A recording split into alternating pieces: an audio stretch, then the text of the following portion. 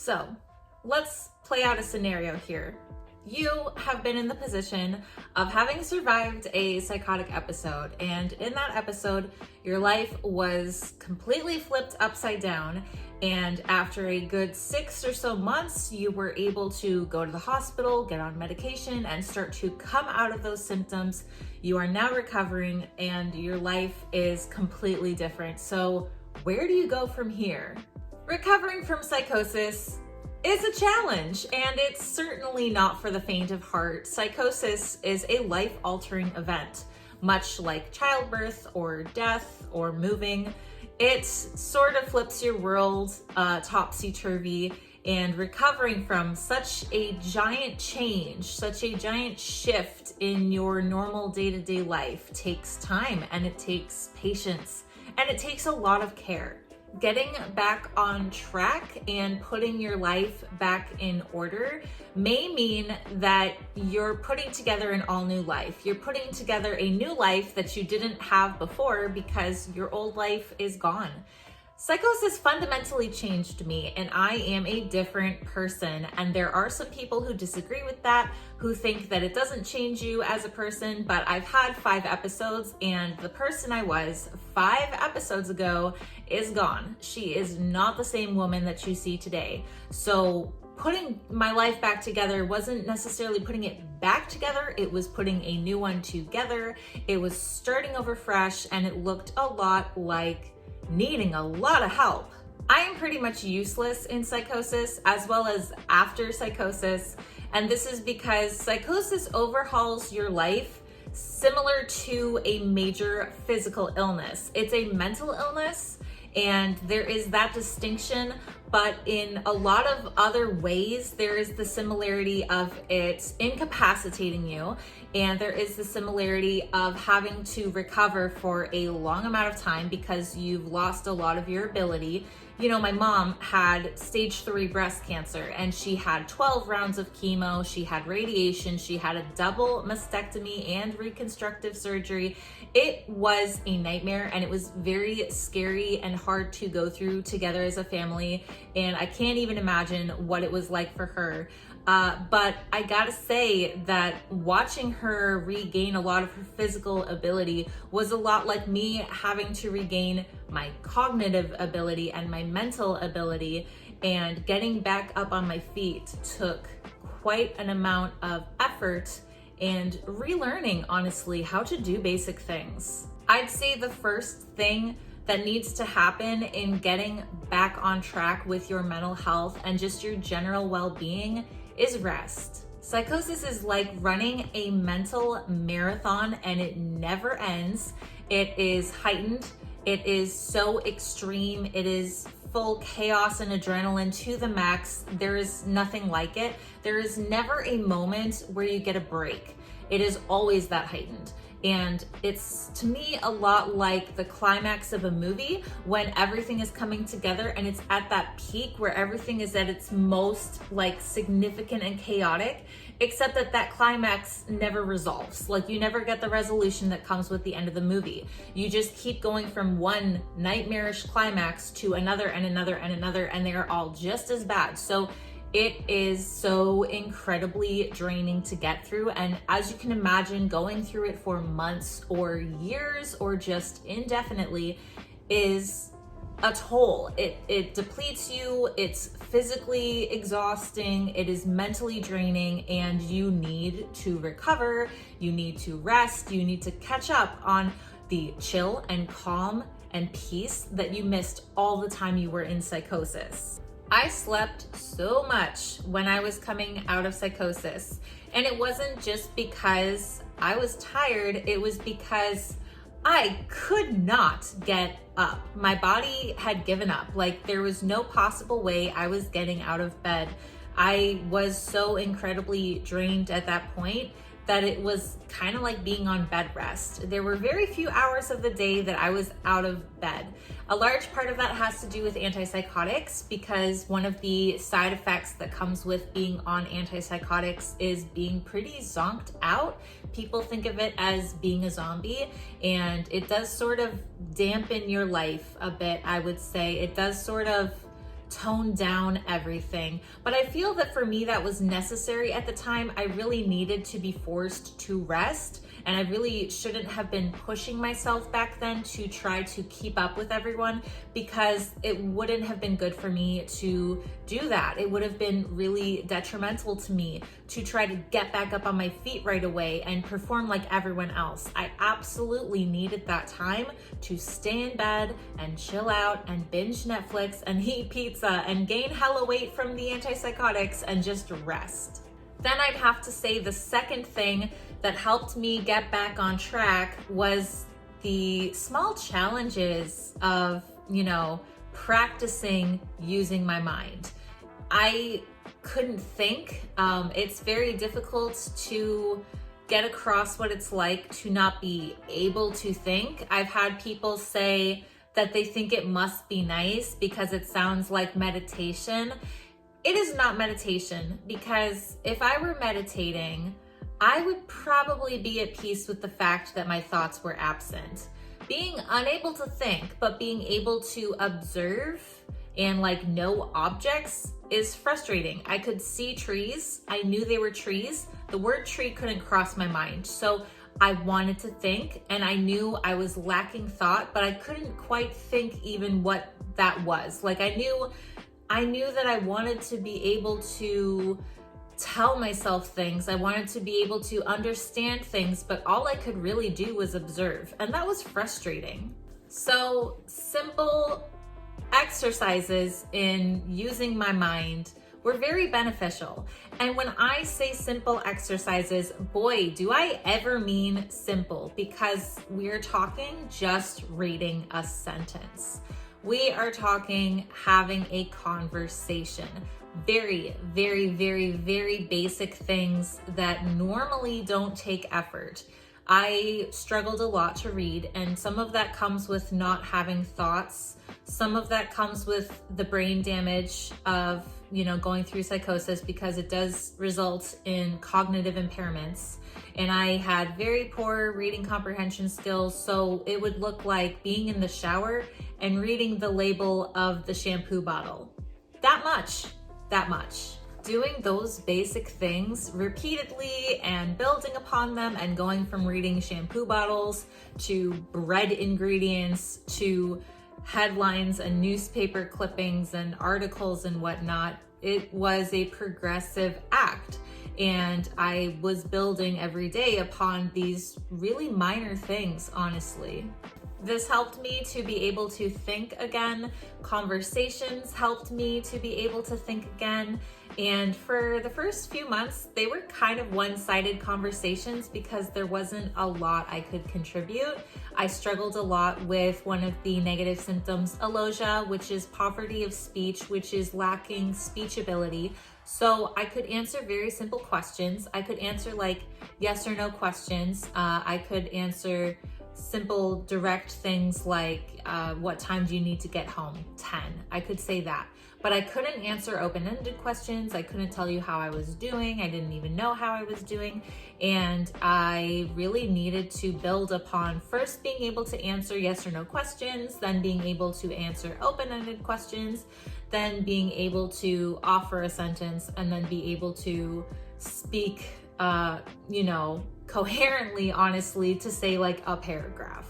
Another thing that was a good mental practice for me was drawing, because I am an artist. I've been an artist for as long as I can remember, and I've been drawing voraciously all my life until psychosis, when I lost the ability to draw because of another symptom, anhedonia, where you lose pleasure in things that you love, which combined with avolition, which is losing motivation and drive, resulted in me not being able to lift a pencil for years. So I stopped drawing, and I think more so because of the cognitive impairments that came with the brain damage than anything, I lost a lot of my skill. So I had to reteach myself how to draw, and it took a year of drawing just faces to build back up to the skill level I had pre-psychosis. So I drew every day for a year, and I literally just drew faces, and they went from being pretty rough, not having the pupils in the same direction, having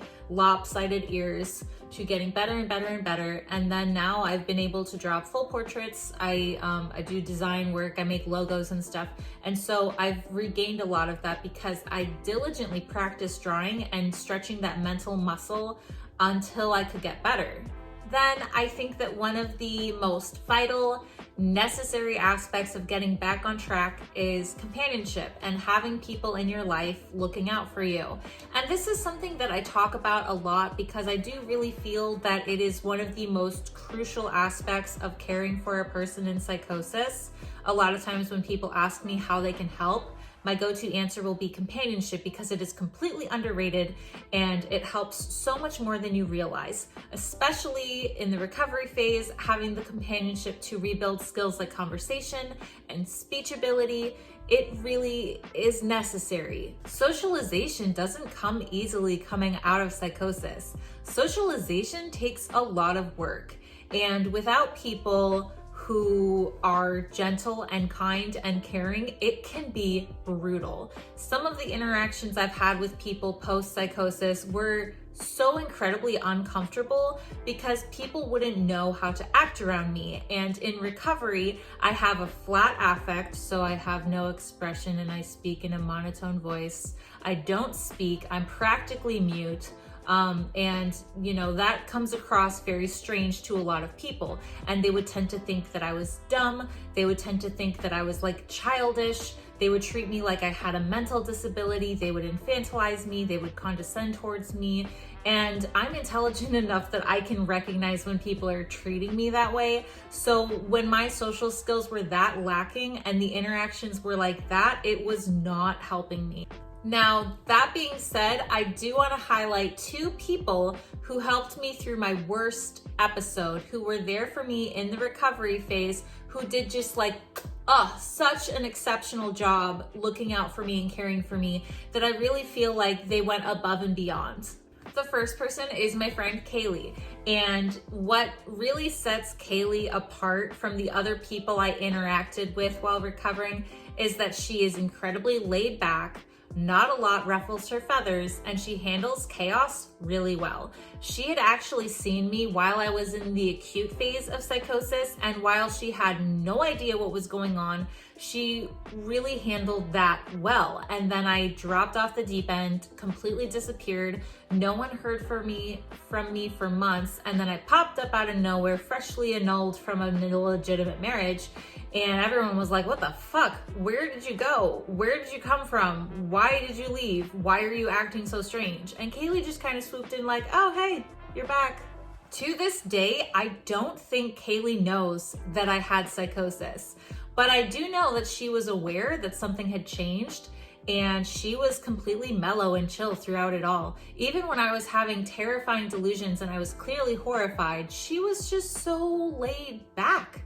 And so she never treated me any differently while I was psychotic, while I was recovering in these two mental states where I was very clearly not okay. She always treated me exactly the same as if I was my old self. And I really appreciated that, because what I really needed in recovering was to feel normal, to gain any kind of normalcy in my life. And it helped a lot to have someone who treated me like the friend I'd always been and didn't treat me like a total freak. She helped me a lot with the things like conversation, as I said, because she recognized that I was lacking speech ability, and she would kind of work with me on that.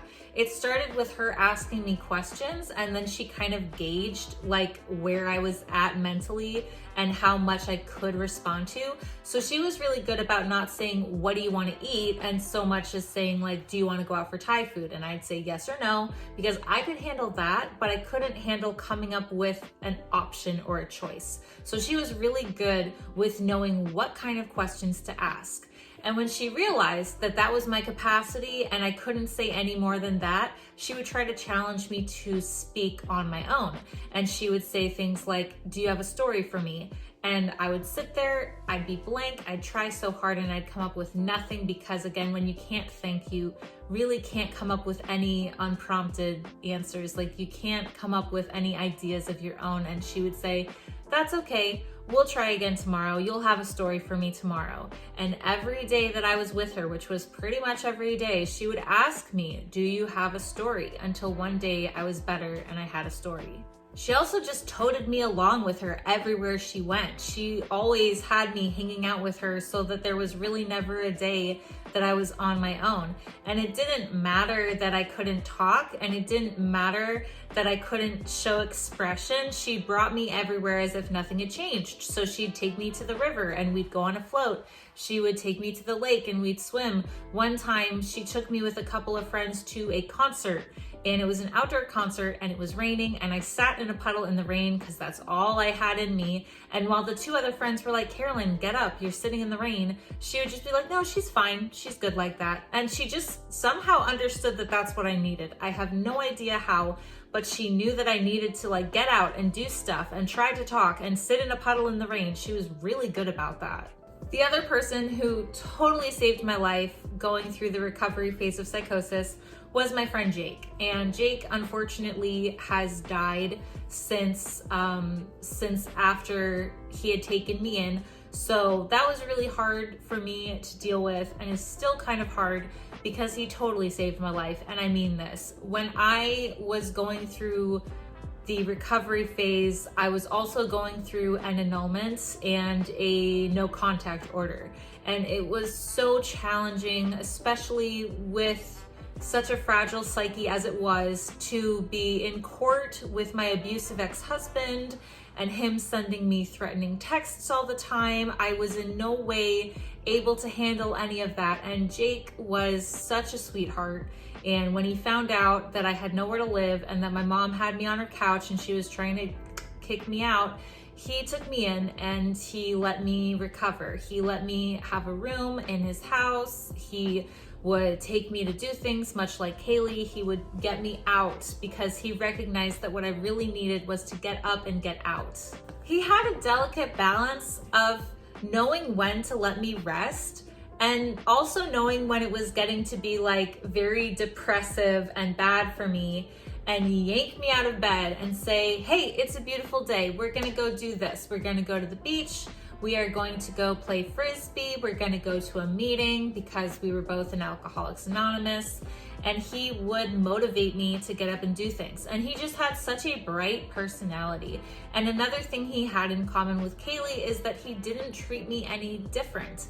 And after that episode, I had even changed my name. I had changed my name in Psychosis to Cassidy.